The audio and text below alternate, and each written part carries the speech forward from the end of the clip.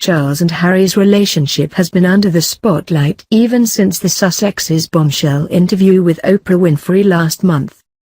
Harry specifically put his father in the firing line when he claimed Charles stopped taking my calls in the run-up to their royal exit announcement. The Duke of Sussex alleged that his father was trapped in the system of monarchy, and that there's a lot to work through in their relationship now, even though Charles was now taking his calls.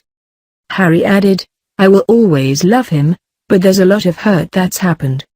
And I will continue to make it one of my priorities to try and heal that relationship." Yet, sources claim the Prince of Wales was stunned that his youngest son returned to California before they had a chance to clear the air.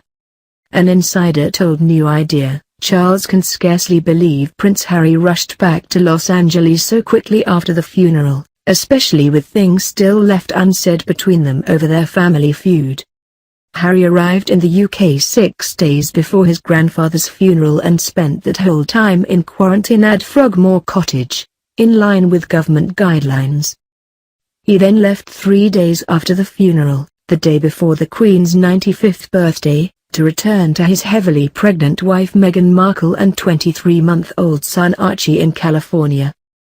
The Mirror's royal editor Russell Myers claimed that Harry decided not to have a private conversation with his father during his 9-day stay in the UK.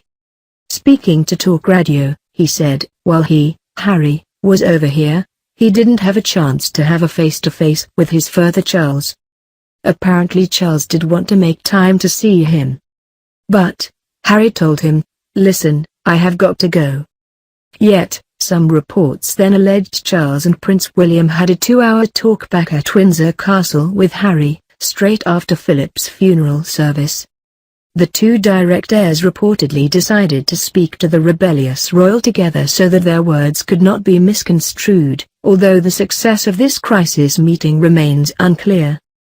Mr. Myers also said there are many behind palace walls who want the feud between the Sussexes and the rest of the royal family to be resolved. But there was not a chance before Harry returned to his California home. Mr. Myers continued, "It's an interesting point because while Harry received quite a frosty reception from some members of the family, there are some who think that to squash this beef with other members of the family would be the right thing to do." While Harry's current relationship with Charles remains unclear, much was made of Harry's brief chat with Kate, Duchess of Cambridge, and William upon leaving Philip's funeral service.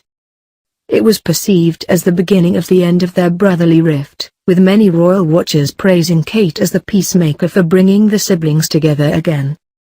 But the Prince of Wales is also said to be struggling to cope with his grief after his father's death, and reportedly feels dumped by his entire family.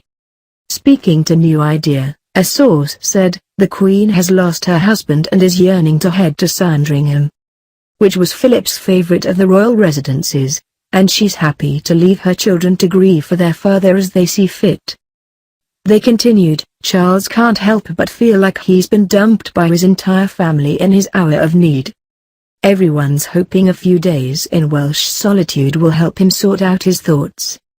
Charles went alone to his converted farmhouse in the Brecon Beacons, while his wife Camilla, Duchess of Cornwall, remained in London. A source told the Mail Online, "He is acutely aware that this is a hugely significant moment in his life and he feels like he has the weight of the world on his shoulders. All his life he has been heir to the throne, but Prince Philip was the patriarch of the family. Overnight that's changed, and it's impacted him both professionally and personally. He needs time to think and contemplate the future of the royal family after what was a very difficult week." In comparison, William has reportedly thrown himself back into his work, now that the official mourning period is over. The source explained, "William is very sad, of course, but he's determined to look forward, not backward." He and Kate are also celebrating their 10th wedding anniversary today, although celebrations will be toned down in line with COVID restrictions.